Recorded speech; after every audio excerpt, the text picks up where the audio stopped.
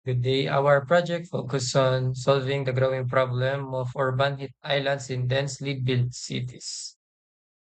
Urban heat islands occur when concrete, asphalt, and buildings absorb heat from the sun during the day and release it slowly at night, making cities significantly hotter than surrounding rural areas. This temperature difference can reach up to 10 degrees Fahrenheit or more.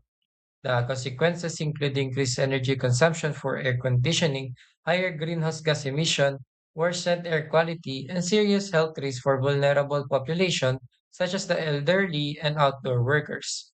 When temperature rises, people use more air conditioning, which burns more fossil fuels, which contribute to climate change and make heat waves even more intense. To address this issue, our group proposes a green infrastructure solution called the cooling corridor.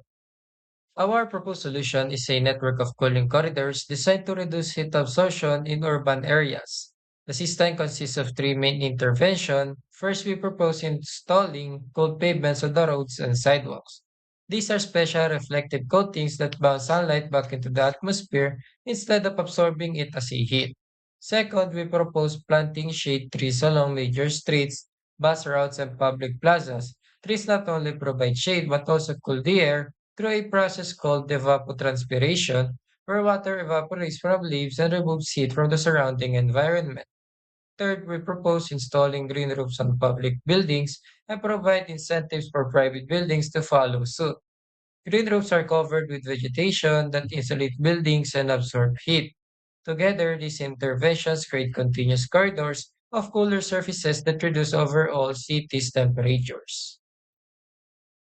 Our project uses systems thinking to understand how different elements of the urban environment interact to create heat problems.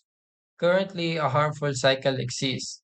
More concrete and asphalt absorb heat, raising air temperatures. Higher temperatures cause people to use more air conditioning, increasing electricity demand. Power plant burn fossil fuels to meet this demand, releasing greenhouse gases that trap even more heat. This is called a reinforcing feedback loop, where each actions makes the problem worse. Our cooling corridor breaks this cycle at multiple points. By adding trees and cool pavements, we reduce surface temperatures directly, which lowers the need for air conditioning by reducing energy demand.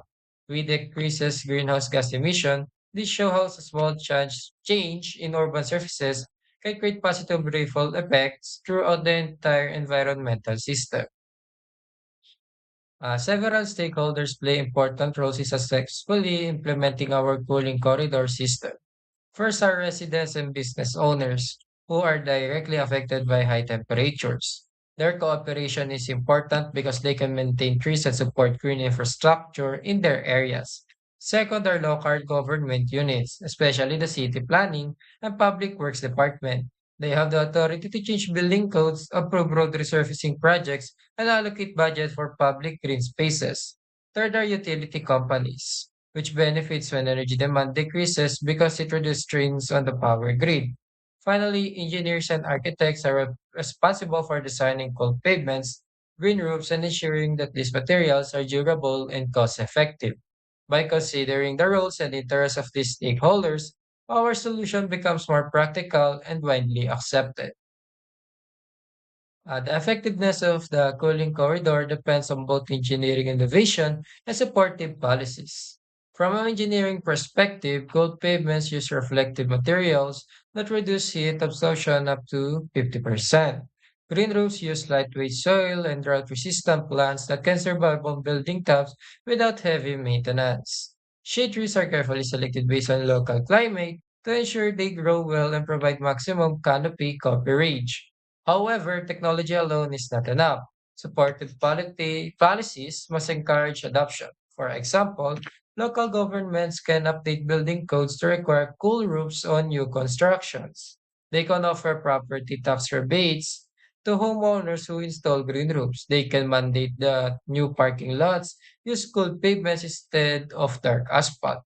Public education campaigns can also raise awareness about the health risks of heat and the benefits of shade.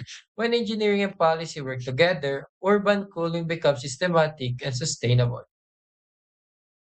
In conclusion, our cooling corridor system offers a practical and nature-based solution to the urban heat island problem.